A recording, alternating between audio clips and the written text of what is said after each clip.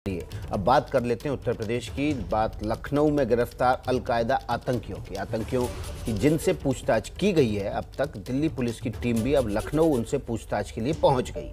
आतंकियों के इस मॉड्यूल से पूछताछ में कई चौंकाने वाले खुलासे हुए।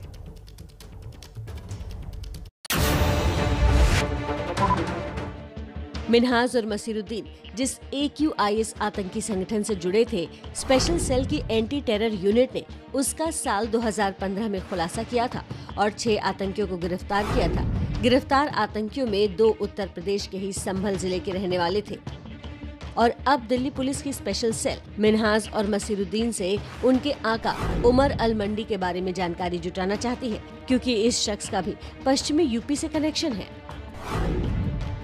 अलकायदा इंडियन सब कॉन्टिनेंट का पहला प्रमुख आसिम उमर था, जो उत्तर प्रदेश के संभल का रहने वाला था। उसकी मौत 2019 में हुई। उसके बाद उमर अल मंदी ने AQIS की कमान संभाली, जो इस वक्त AQIS का सरगना है। लखनऊ में पकड़े गए आतंकी मिन्हाज और मसीरुद्दीन उमर अल मंदी के इशारे पर ही काम कर रहे थे। पाकिस्तान प्रस्त आतंकवादियों के साथ जुड़ करके कुछ लोग एक बहुत बड़ी घटना को अंजाम देना चाहते हैं। 15 अगस्त से पहले इन आतंकियों की गिरफ्तारी सुरक्षा एजेंसियों के लिए बड़ी कामयाबी है। जांच एजेंसियां अब इनके साथियों की तलाश कर रही हैं।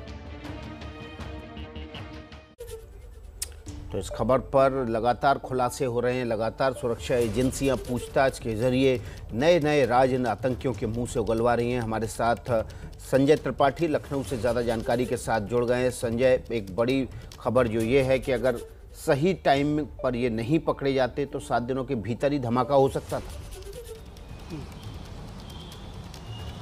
बिल्कुल, तैयारी तो कुछ इसी तरह की थी विकास। और आपको बताऊं, मिन्हाज और मसीरुद्दीन की जो गिरफ्तारी हुई है, ये न केवल उत्तर प्रदेश बल्कि देश के लिए भी काफ़ी इससे जुड़ी हुई जानकारियां मिल रही। किस तरह से न केवल अलकायदा के जो इंडियन सब कॉन्टिनेंट मॉड्यूल था, बल्कि गजवातुल हिंद किस तरह से पूरे देश में अपनी गतिविधियों को बढ़ा रहा था। इस तरह की तमाम खुलासे हो रहे हैं और इसी को लेकर के देश की जो सुरक्षा एजेंसियां हैं, NIA हैं, रॉ हैं, IB हैं, ये पूछताछ के लिए आज लखनऊ में आई हुई हैं।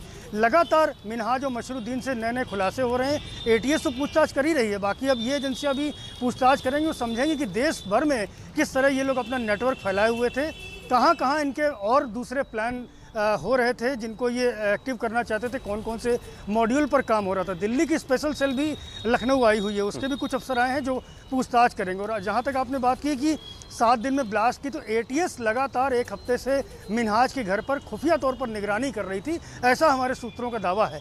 उन्होंने ये बताया कि मिन्हाज देर रात अपनी मोटरसाइकिल निकाल करके जाता था और कई कई घंटे बाद वापस लौटता था।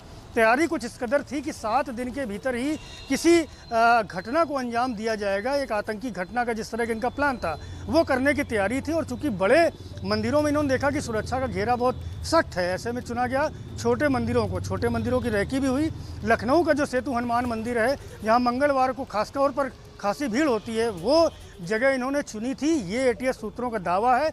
और ऐसे खुलासे इन दोनों से पूछताछ में हुए हैं। चूँकि मिन्हाज की खुद की ई-रिक्शा बैटरी की एजेंसी है, तो प्लान ये था कि ई-रिक्शा में ही इस कुकर बम को फिट करके और मंदिर के बाहर ब्लास्ट किया जाएगा, जिसमें बड़ी संख्या में लोगों की जान थी। तो कुल मिलाकर के मकसद इनका साफ था, बहुत जल्द से जल्द एक बड़ी आतंकी साजिश को अंजाम देने की इनकी कोशिश थी। और 7 दिनों के भीतर ही अगर एजेंसियां इनको नहीं पकड़ती तो 7 दिनों के भीतर बड़ी घटना को अंजाम दे सकते थे। बहुत बहुत शुक्रिया संजय त्रिपाठी आपका इस ज़्यादा जानकारी के लिए।